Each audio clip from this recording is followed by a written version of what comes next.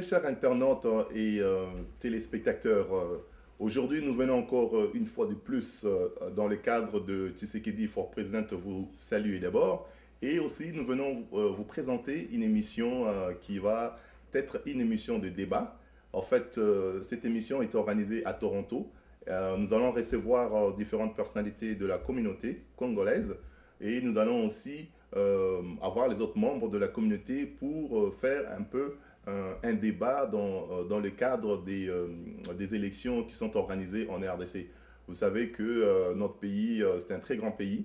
La RDC qui constitue à peu près 70 millions de population. Donc les enjeux sont très grands. Donc nous voulons un peu vous présenter les différentes opinions. Aujourd'hui, j'ai deux invités avec moi. J'ai le premier invité qui est le docteur Mwamba Tshibangou. Le docteur Mwamba Tshibangou, lui, pour certains qui le connaissent déjà, c'est le coordonnateur du mouvement Tshisekedi for President. Nous allons nous entretenir avec lui. Nous avons aussi un jeune qui s'appelle Christian Kaniki. Il est très impliqué dans la communauté et puis il a beaucoup de connaissances, c'est-à-dire qu'il ne laisse pas passer des événements où il n'est pas là.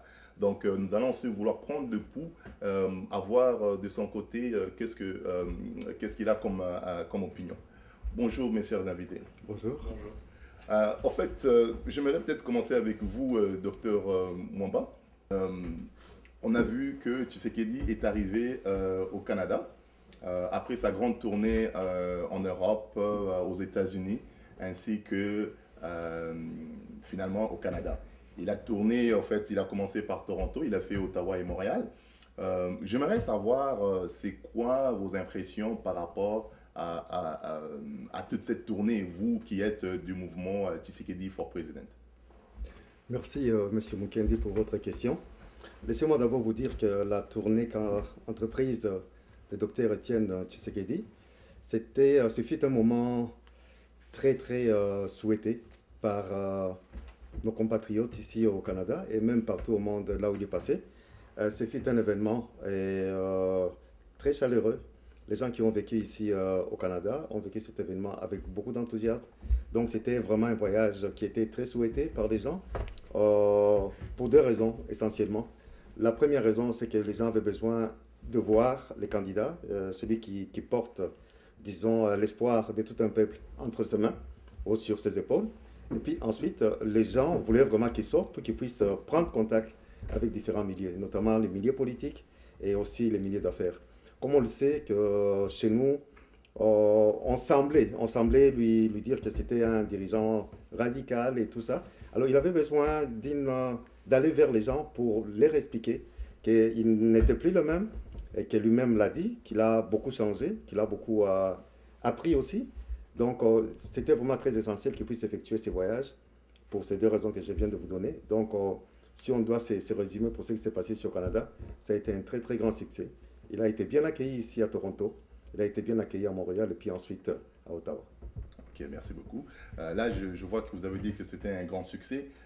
Vous qui étiez un peu plus proche de tout ce qui s'est passé, est-ce que vraiment c'est des contacts fructueux qui vont lui aider, soit dans sa campagne électorale ou c'est un investissement pour plus tard?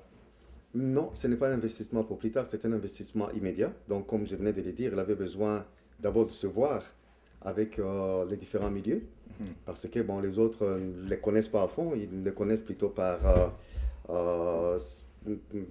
le oui-dire, c'est-à-dire que bon, c'est quelqu'un qui est là, qui est énormément connu, mais il y a beaucoup de gens, surtout dans les milieux d'affaires et dans les milieux politiques, ici à l'étranger, ne le connaissent pas de plus près.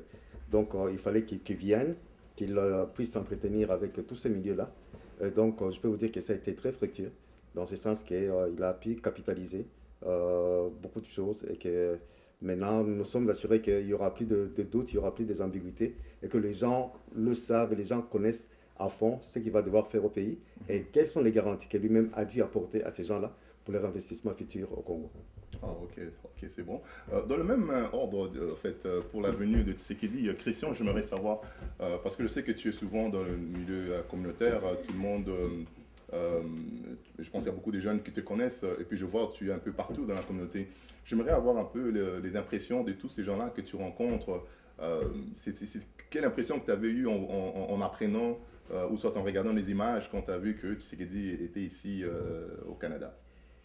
Eh ben, les sentiments étaient plutôt mixtes dans le sens où il faut dire que M. Tshisekedi est une grande personnalité, une personnalité que beaucoup connaissant depuis notre tendre enfance pour le combat qu'il a mené au Zaïre à l'époque et au Congo aujourd'hui.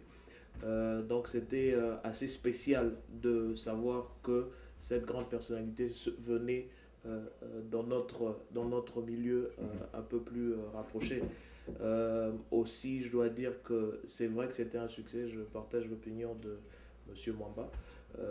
C'était un succès dans tous les sens parce que j'ai vu l'engouement dans tous les niveaux. J'entendais les papas en parler, j'entendais les mamans en parler, même beaucoup de mes amis, des jeunes qui aussi en ont parlé.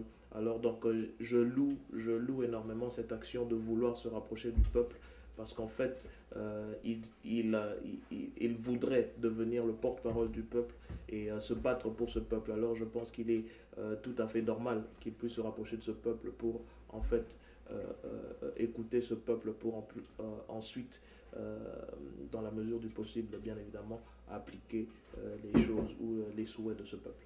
Oh, ben c'est bien. En fait, j'aimerais reprendre sur une chose que vous avez dite, c'est que il voulait parler au peuple. Pourquoi pensez-vous que, ça c'est une question qui est adressée à vous deux, vous pourrez répliquer, répondre. Pourquoi, si il devait s'adresser au peuple, il ne s'est pas adressé directement au peuple qui sont au Congo, il a eu le besoin de se promener plus au niveau de la diaspora.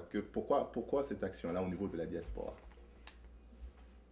Non, mais je pourrais commencer d'abord en rectifiant ce que vous venez de dire. Vous savez qu'il y a eu un grand rendez-vous, un grand rassemblement au pays le 24 avril dernier, où il a réuni, je ne sais pas moi quel nombre, et là on a avancé un grand chiffre de gens qui se sont déplacés à Kinshasa pour aller l'écouter.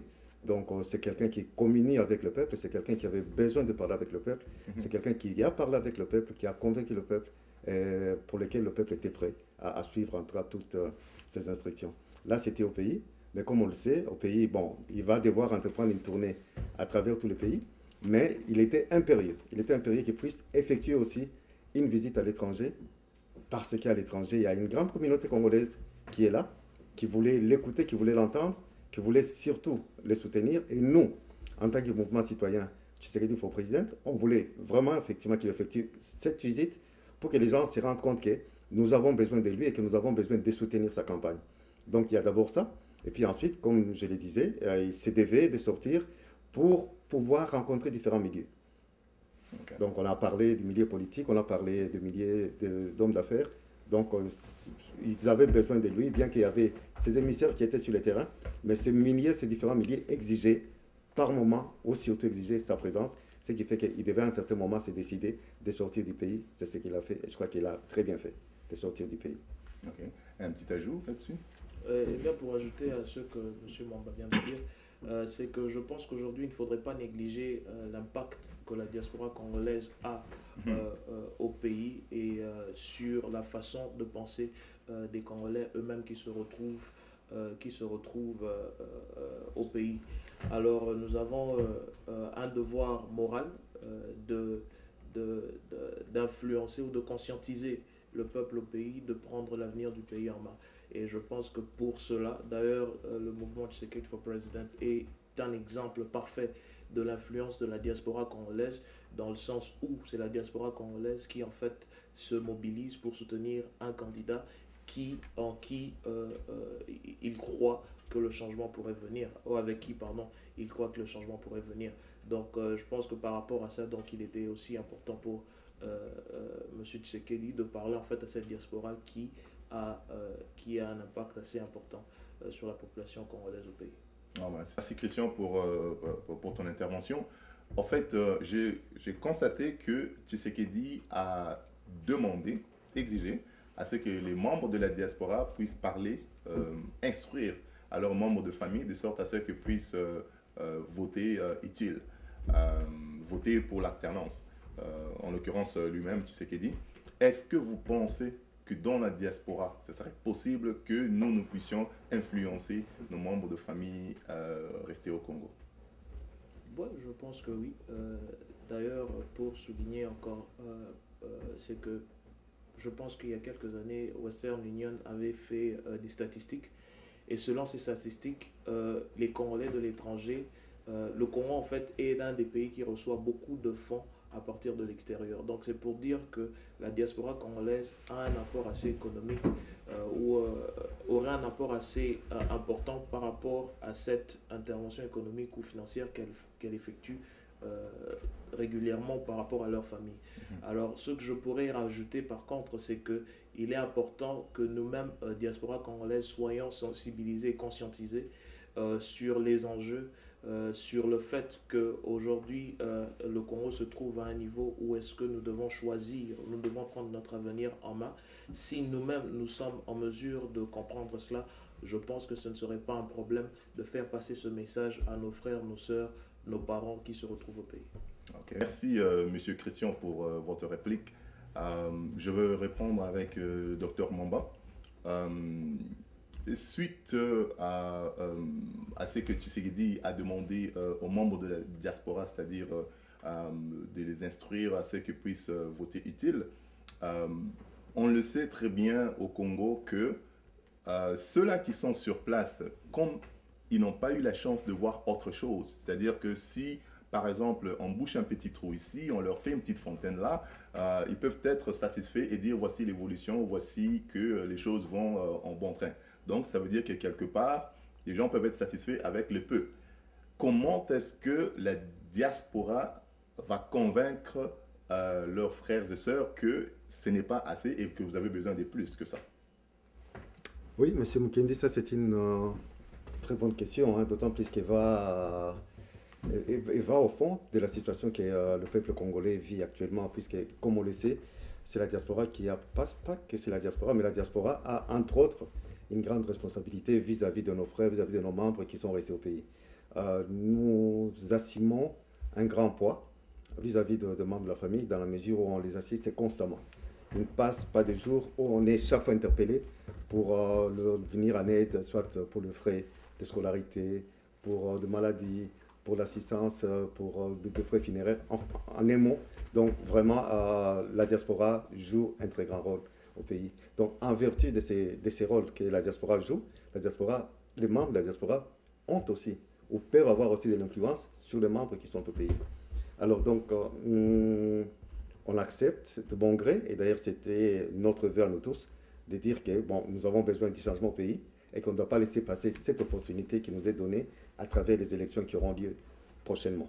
Donc c'est un devoir patriotique qui est de dire aux membres de famille qui sont au pays de changer, d'opter pour les changements. Et que ces changements-là devra se faire à travers eux qui ont le droit de vote. Puisque nous, malheureusement, membres de la diaspora, on n'a pas le droit de vote.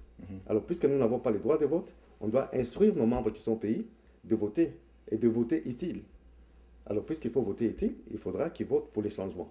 Et ce n'est pas à travers de petites promesses ou à travers de petites réalisations, ce qu'on appelle entre guillemets les 5 chantiers, dont les réalisations véritables ne se voient même pas et qui n'ont même pas un impact sur la vie quotidienne des gens. Alors, on ne va pas revoter pour les mêmes gens qui sont au pouvoir et qui n'ont rien fait de concret. Donc, nous avons le devoir de dire aux nôtres que, écoutez, ne vous laissez pas miroiter par ce qu'on vous offre comme cadeau ou comme argent. Prenez-le, c'est l'argent du pays, comme on l'a dit, mais votez utile. C'est ça l'instruction qu'on donnera. Et ça, c'est vraiment quelque chose qu'on doit répéter à nos membres de famille qui soient conscients que les changements passent à travers eux et qui doivent vraiment faire un bon usage du vote pour voter utile. Ok, merci beaucoup pour cette réponse. Je veux revenir sur un autre sujet où Tshisekedi souvent, dans ce qu'il dit, il dit « le Congo est une jungle ». J'aimerais toujours continuer avec vous, Dr Mamba. Pensez-vous vraiment que le Congo est une jungle en soi? Oh, ça c'est une très belle expression. Hein. Il ne pouvait pas y avoir une très belle expression que celle-là, donc qui signifie en un mot qu'il n'y a pratiquement pas d'État. Donc en fait, on l'a stigmatisé, on l'a dit à plusieurs reprises, que nous avons affaire à un non-État. Un non-État, c'est-à-dire quoi? C'est-à-dire que les gens qui sont là, qui sont censés exercer leur pouvoir, ils font de la pure figuration. C'est-à-dire qu'ils n'assument pas les responsabilités qu'ils devraient assumer. ou alors s'ils assument les responsabilités, ils les assument très mal. Alors donc, en réalité, le résultat est nul. Donc, parler de la jungle aujourd'hui, c'est vraiment donc dire au peuple congolais que nous avons affaire à des gens qui ne dirigent pas. Alors, nous avons besoin des dirigeants qui sont responsables, des dirigeants qui savent exactement ce qu'ils doivent faire et qui ont surtout une vision pour ce pays et pour la population de ce pays. Donc, si on parle de la jungle, c'est véritablement parler de la nécessité d'ériger un état de droit.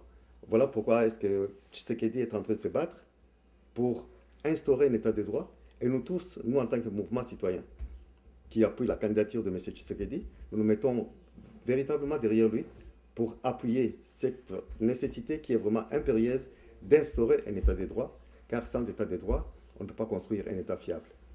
J'aimerais revenir avec Christian. Monsieur Christian, est-ce que vous pouvez me dire si vraiment l'instauration d'un état de droit en RDC est possible?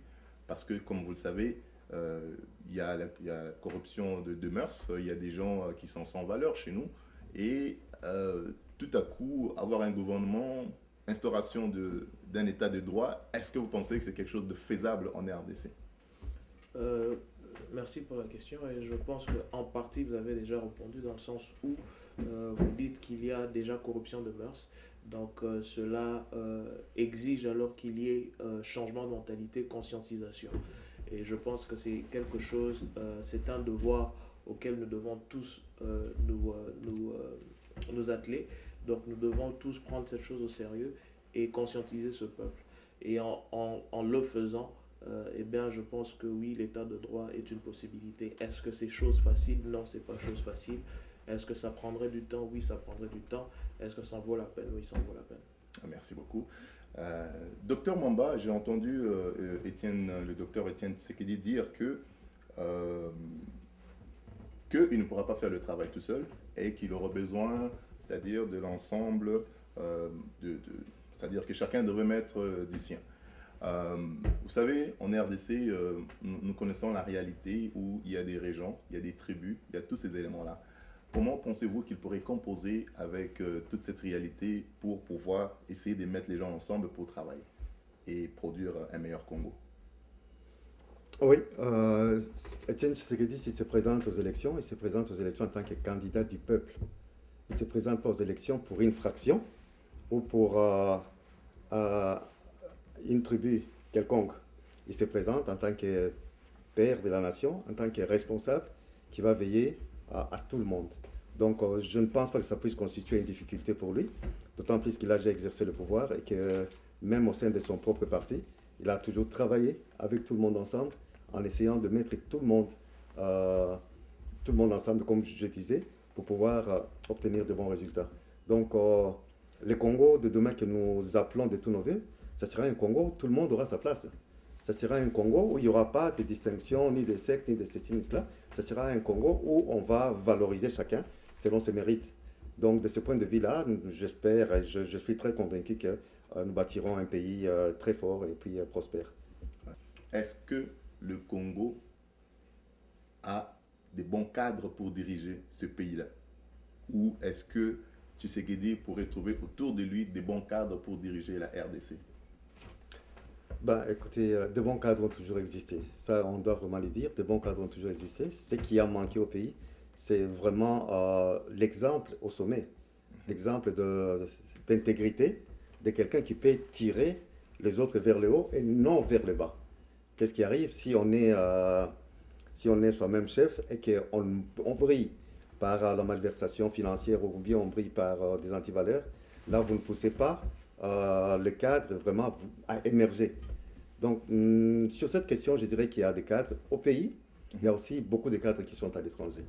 Bon, on peut reconnaître qu'à ce point où nous sommes arrivés, notre instruction est à rabais, mais nonobstant cela, les cadres qui sont formés, ce sont de bons cadres. Il est question de le mettre sur les rails et de leur donner des instructions pour qu'ils puissent travailler et puis obtenir des résultats excellents. Merci, docteur. Je voudrais juste rajouter quelque chose parce que vous savez, Souvent, qu'est-ce qui arrive dans notre pays, c'est qu'il y a des gens qui sont des cadres, qu'on appelle des cadres, ou encore il y a des gens qui sont formés. Mais par contre, ici, par exemple, au Canada, il y a des gens qui sont formés mais qui n'ont pas l'expérience. Admettons que ces gens-là descendent au Congo avec M. Tshisekedi pour essayer de l'aider à gouverner. Pensez-vous que ce serait quelque chose de possible, d'une bonne chose ou une mauvaise chose dans cette recherche de pouvoir faire du Congo un pays évolué? Donc là, vous parlez de cadres qui sont expérimentés ou bien qui sont moins expérimentés? Non, je parle plutôt du cadre moins expérimenté. Parce que souvent, Expérimenté. qu'est-ce qu'on voit dans la réalité, c'est qu'il y a des gens qui prennent un diplôme ici et qui vont en RDC. Et quand ils arrivent là-bas directement, ils occupent des postes de gestionnaires. Et nous savons très bien que ces gens-là, nécessairement, n'ont pas l'expérience nécessaire pour pouvoir gérer.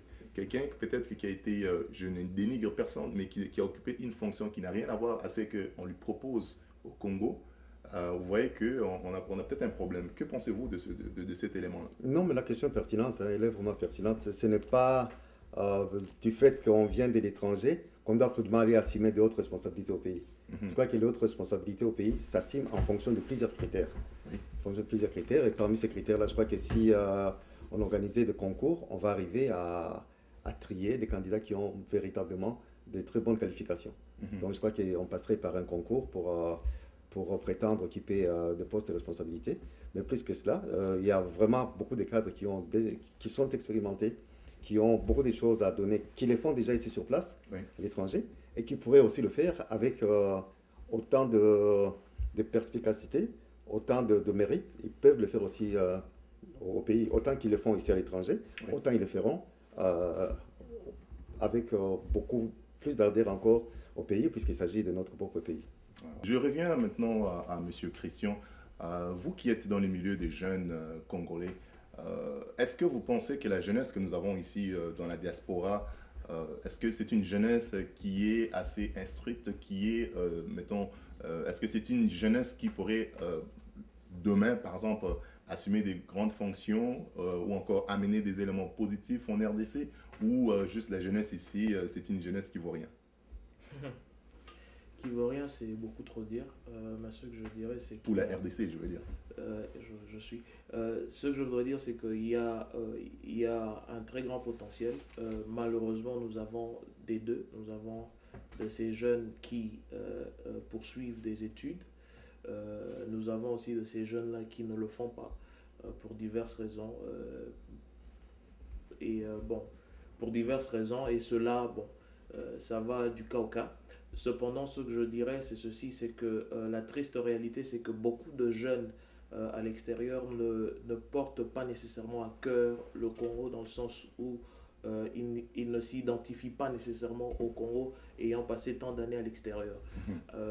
D'où où est-ce que je me dis que non, par exemple, des mouvements comme Tshisekedi for President sont des mouvements qui aussi devraient à un certain niveau sensibiliser cette jeunesse à comprendre en fait les responsabilités qu'elle a, comprendre que ces choix d'aujourd'hui détermineront non seulement leur avenir personnel, mais l'avenir aussi de leur famille et du grand Congo que nous connaissons.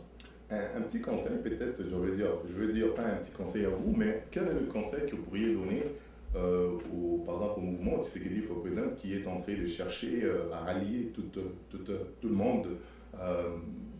Qu'est-ce qu'ils pourraient faire pour rapprocher un peu plus les jeunes vers eux, de sorte à ce qu'ils puissent leur montrer le bienfait de ce qu'ils sont en train de faire?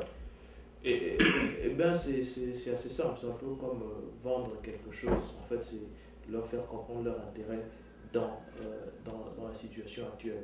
Donc, si cela est fait, ben, je pense que beaucoup de jeunes y adhèrent. Mais je dois aussi souligner que j'ai personnellement remarqué qu'il y a un peu plus d'implication au niveau des jeunes, même dans la politique communautaire, dans les communautés congolaises un peu partout au Canada, et aussi beaucoup de jeunes expriment un peu plus d'intérêt à la politique de chez nous. Alors, donc, je pense que c'est juste démontrer à la jeunesse que, bon, vous avez une part, et il y a une page de l'histoire du Congo que vous pouvez aussi écrire. Okay. Vous savez, les élections, la manière dont il y a beaucoup de choses, la manière dont ça se passe en RDC, on suit les nouvelles. Il y a beaucoup de recul dans certains processus. Pensez-vous vraiment que nous allons arriver en novembre et avoir un président? Là, c'est une question à 1000 $, comme on dit. Écoutez, nous sommes là, nous sommes persuadés que on ne va pas faire marche arrière.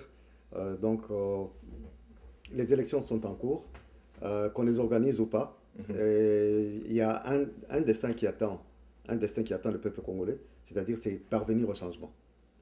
Qu'il y ait élection ou qu'il n'y ait pas élection, cette fois-ci, on arrivera à ces changements que tant de gens ont rêvé. Donc le processus électoral est là. On voit, il y a des couacs par-ci, par-là. Mais ils sont en train de travailler. Ils nous laissent entendre qu'ils vont nous amener aux élections. Nous, c'est notre souhait le plus ardent, puisqu'on voudrait que toutes les choses se fassent à travers le processus électoral, à travers le processus démocratique, où le peuple aura à dire son mot. Ceci étant, si, par malheur, les dirigeants actuels n'arrivent pas à organiser les élections, il y a un seul constat à tirer, c'est-à-dire qu'ils ont failli à leur mission. Et dans ce cas-là, on ne leur accordera pas un jour de plus. Les termes inconstitutionnels est là, donc leur mandat se termine le 4 décembre, si je ne m'abuse, en tout cas au mois de décembre. Et dès que ce mandat-là est consumé, donc il y aura vide de pouvoir. Alors en ce moment-là, c'est le peuple qui va s'assumer. Je comprends bien ce que vous êtes en train de dire, mais sauf que vous le savez très bien, dans l'état actuel du Congo, il y a des choses qui sont faites, mettons, par une poignée de personnes. Et présentement, par exemple, ceux qui sont majoritaires, c'est les gens du parti du président actuel. Le PPRD? Oui, le PPRD. Pensez-vous qu'ils vont lâcher tout et puis vous dire, bon, c'est bon, on est arrivé en novembre, on n'a pas fait les élections et puis partir tranquillement? Nous avons vu, ils ont changé la constitution et personne n'a rien fait. Il n'y a pas eu de gros mouvements comme on a vu au Sénégal. Ils ont essayé de changer la constitution sénégalaise. Il y a eu beaucoup de mouvements et le mouvement a eu un stop and halt. Est-ce que vous pensez que la population congolaise est assez mature pour ce genre, pour faire quelque chose, pour dire non?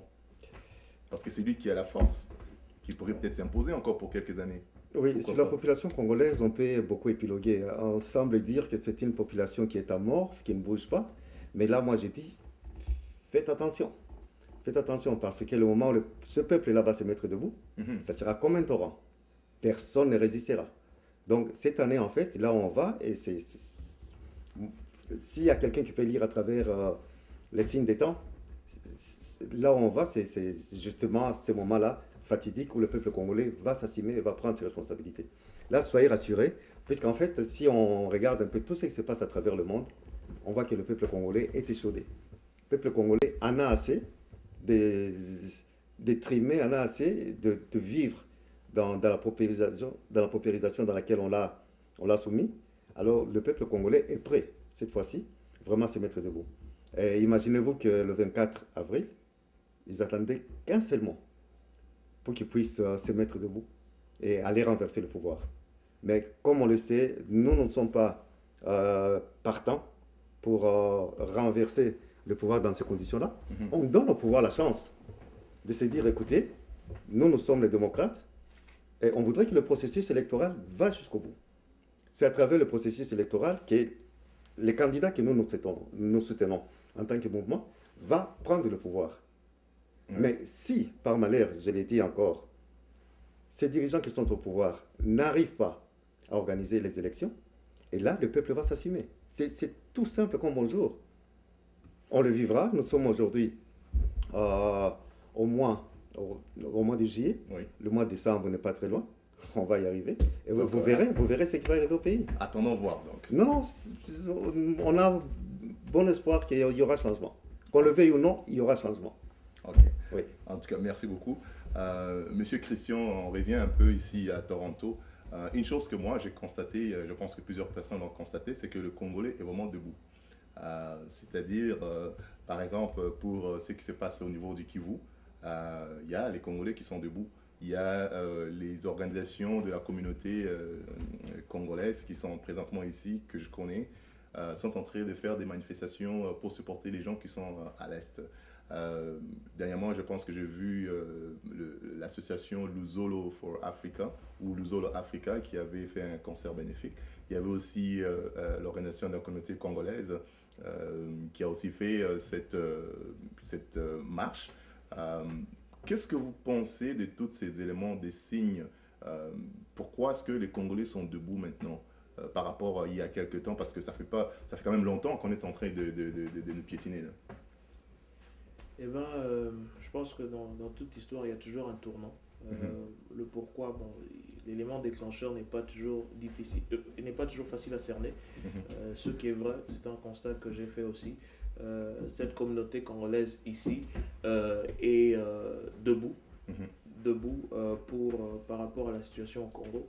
Et toutes ces actions sont des actions nobles que je salue et que je loue. Et je pense que c'est un peu ça. Et je pense le fait déjà que cette diaspora soit aussi consciente, je pense que c'est aussi un signe que le peuple congolais aussi chez nous devient aussi conscient par rapport à la situation chez nous. Ok, non, c'est bien. Je vais peut-être poser ma dernière question parce que le temps passe.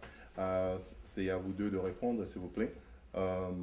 Le Congo, probablement avec son nouveau gouvernement, comme vous le savez, devrait peut-être se doter d'une armée nationale. Vous savez très bien qu'aujourd'hui, s'il y a beaucoup des choses qui se passent au niveau de l'Est, s'il y a nos voisins qui nous respectaient auparavant et ne nous respectent pas, c'est sûrement parce qu'on n'a quasiment pas d'armée. On n'a rien qui puisse faire qu'un grand éléphant puisse se défendre. Comment pensez-vous que dans le futur, peut-être avec M. Étienne Tshisekedi, toute l'armée ou tout le monde pourrait se ranger derrière lui pour essayer de défendre ce fameux grand éléphant qui est le Congo? La question de l'armée, c'est une question capitale. On ne peut pas prétendre à la souveraineté sans avoir une force armée qui est là et qui est prête à défendre le pays. Donc la faiblesse des dirigeants actuels, c'est de n'avoir pas du tout d'armée et d'armée nationale. On a vu, il y a plutôt de fractions, d'armées, de groupes de rebelles d'ici, de là, qui ont été mis ensemble, mais qui ne constituent pas véritablement une force armée nationale. Et surtout, quand on parle de force armée nationale, il faut parler d'abord de la conscience. La conscience qui doit animer chaque militaire. Et ça, c'est le point de départ. Donc, autour de cette conscience, il y a d'autres facteurs externes qu'il faudra prendre en considération. Le premier facteur qui me vient à l'esprit, c'est d'abord l'encadrement même de militaires. Est-ce que le militaire est bien formé? Est-ce que le militaire est bien payé? Tant qu'on ne va pas s'occuper de la formation de militaires, on comprendra n'importe qui et on le levera au rang de général, ça ne marchera jamais. Donc il faudra d'abord compter avec la qualification de nos militaires et puis il faudra aussi compter avec l'encadrement moral et matériel des militaires. Le militaire ne doit pas se servir des citoyens pour pouvoir nourrir sa famille. Le militaire doit être payé et bien payé. Alors, pour revenir à la situation de l'Est, effectivement, c'est une situation où nous n'avons pas d'armée. C'est une situation où qu'il faudra le plus vite possible corriger. Et je crois que parmi les premières actions qu'entreprendra le gouvernement de M.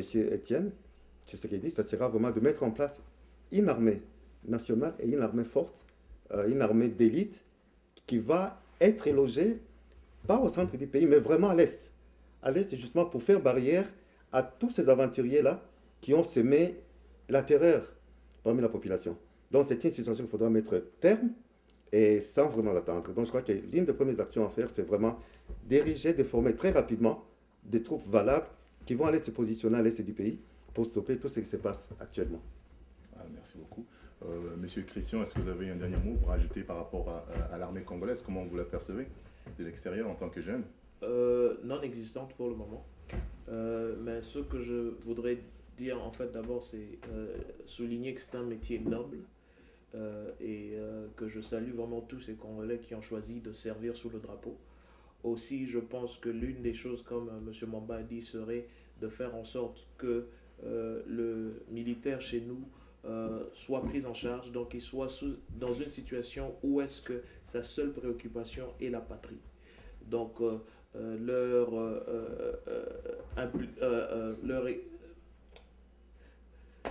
leur rappeler encore ces valeurs patriotiques, qu'en fait, c'est la patrie ou la mort. Oui. Et je pense que si on prend soin de leur famille, si ce sergent, ce caporal sait que ses enfants ne manqueront pas à manger, sait que son épouse sera prise en charge s'il arrivait qu'il puisse mourir au front, s'il sait que demain il ne manquerait pas à manger, je pense qu'en ce moment-là, sa priorité devient la patrie.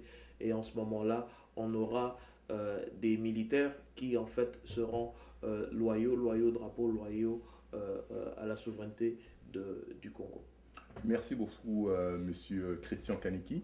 Et je remercie aussi le docteur Mwamba Chibangu pour avoir répondu à toutes ces questions.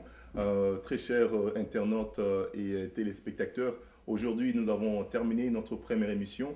Nous vous demandons à ce que vous restez branchés sur notre site Tshisekedi for President ainsi que dans d'autres sites de diffusion que nous allons publier cette émission. Et nous vous disons encore que nous allons avoir plusieurs autres invités et nous vous demandons de nous envoyer aussi vos commentaires à contact@tshisekedi-for-president.net. Merci beaucoup et passez une belle journée ou une belle soirée.